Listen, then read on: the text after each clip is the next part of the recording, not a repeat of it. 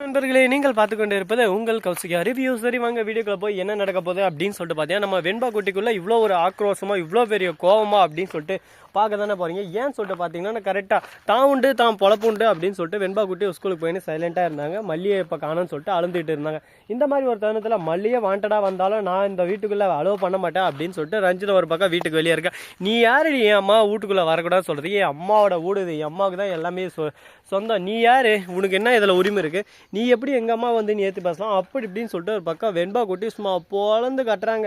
என்ன பேசுறது ஏது பேசுன்னு சொல்லிட்டு தெரியாமல் ரஞ்சித் ஒரு பக்கம் ஆடி போயிட்டு அசந்து போயிட்டு, இதோ பாத்தியா என்ன நான் பேசுகிறேன் அவன் மகன் சொல்லிட்டு, இதெல்லாம் நான் கேட்கணுமா விஜய் அப்படின்னு சொல்லிட்டு சொல்ல, ஆமாம் நீங்கள் பண்ணதுக்கு இதுவும் கேட்கலாம் இன்னும் கேட்கலாம், உங்களை யார் பஸ்ஸு ஏன் பர்மிஷன் இல்லாமல், அது மட்டும் இல்லாமல் இந்த வீட்டுக்கு வந்தால் மல்லியை நீங்கள் எப்படி வெளியே போக சொல்லலாம், உங்களுக்கு யார் அந்த தகுதி கொடுத்தது, அவளை எப்படி நீங்கள் அடிச்சு துரத்தலாம் அப்படி இப்படின்னு சொல்லிட்டு கேட்க, அப்படியே வெண்பா குட்டி ரஞ்சித்தை கீழே குளி சொல்லி பழம் ஆனோர் அடி விட்றாச்சு. என்ன பல்ல கேட்டாலும் அடி வாங்கிக்கிறா பாருங்க, அசிங்கமே இல்லை கொஞ்சம் கூட அப்படின்னு கேட்டாக்கடா சிரிச்சுக்கிட்டே ஒரு பக்கம் இல்லையே வலியிலே அப்படின்னு சொல்லிட்டு சமாளிக்கிறாளுங்க நம்ம ரஞ்சிதம். மறுபக்கம் அந்த பாட்டிக்கு சொல்லவே தேவையில்ல, பாட்டி வந்து நம்ம மானம் எங்கடா போயிருப்போது அப்படின்னு சொல்லிட்டு சைலண்டாக ஐயா முடின்னு அமைதியாக இருக்கிறாங்க. தான் உண்டு தான் பழப்புண்டு, நான் எதுவும் ஆயத்தார்கள்றாப்பா அப்படின்னு சொல்லிட்டு மௌனத்தோடு சிறந்தது வேறு எதுவும் சொல்லிட்டு சைலண்டாக இருக்காங்க. சரி, இப்படியெல்லாம் ஒரு தருணம் போயிட்டு இருந்தாலும் மறுபக்கம் என்ன நடக்குதுன்னு சொல்லிட்டு பார்த்தீங்கன்னா, கரெக்டாக எல்லாமே நடந்து முடிஞ்சிச்சு அப்படின்னு சொல்லிட்டு இருந்தாலும் கடைசியில் நம்ம வெண்பா குட்டி டேரெக்டாக மல்லியை தேர்ந்து போகிறாங்க. ஆல்ரெடி சொல்லிடுறாங்க ரஞ்சித் நடந்ததெல்லாம் சொல்கிறாங்க, இந்த மாதிரி அவள் நிச்சயதார்த்தமா இந்த மாதிரி நடந்துச்சு அது நடந்துச்சுன்னு சொல்லிட்டு, இது எதுவுமே எனக்கு தெரியாது, அவள் எங்கிட்ட இது எதுவுமே சொல்ல, அவங்க அண்ணன் இந்த மாதிரி சண்டை போட்டது அவங்க அண்ணன் வர வச்சது எதுவுமே எனக்கு தெரியாது, இது எல்லாமே நாவு தான் ஃபோன் பண்ணி சொல்கிறான்.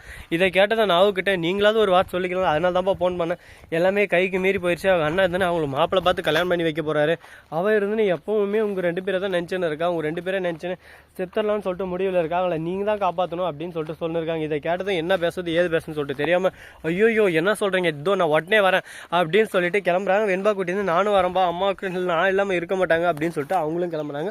ஒரு பக்கம் பாச போராட்டத்துக்கு நடுவில் என்னென்னவோ பிரச்சனையெல்லாம் நடந்துன்னு இருக்குங்க. இதெல்லாம் எங்கே போய் முடிய போகுது என்னென்ன நடக்க போகுதுன்னு சொல்லிட்டு யாருக்கும் தெரியல. பார்ப்போம் இன்னும் என்னென்ன நடக்க போகுது ஏது நடக்க போகுதுன்னு சொல்லிட்டு அப்படின்னு சொல்லிட்டு விட்டுட்டு அடுத்து என்ன பண்ணலாம் அப்படின்னு சொல்லிட்டு ஒரு ஐடியாவுக்கு வராங்க. சரி ஓகே, இதெல்லாம் ஒரு பக்கம் நடந்து முடிஞ்சிச்சு.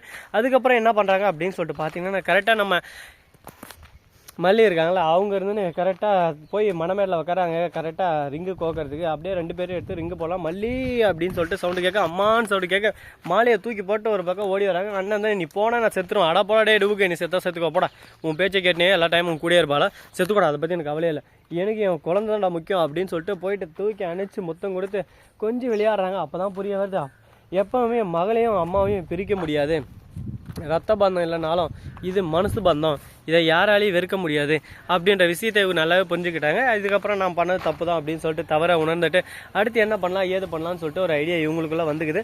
பாப்போம் என்னென்ன பண்ண போகிறாங்க ஏது பண்ண போகிறாங்கன்னு சொல்லிட்டு, எல்லாமே நல்லபடியாக நடக்குமா நடக்காதான்னு சொல்லிட்டு பொறுத்து இருந்து பொறுமையோட ரசித்து பார்த்தா தான் எல்லாருக்கும் புரிய வரும். பாப்போம் மெல்ல மெல்ல எல்லாருக்கும் ஒரு தேர்வு கிடைக்குன்னு சொல்லிட்டு நான் நம்புகிறேன். நீங்கள் என்ன நினைக்கிறீங்கன்னு தான் மறக்காமல் கமெண்ட் செக்ஷனில் தெரிவித்து விட்டு போங்க.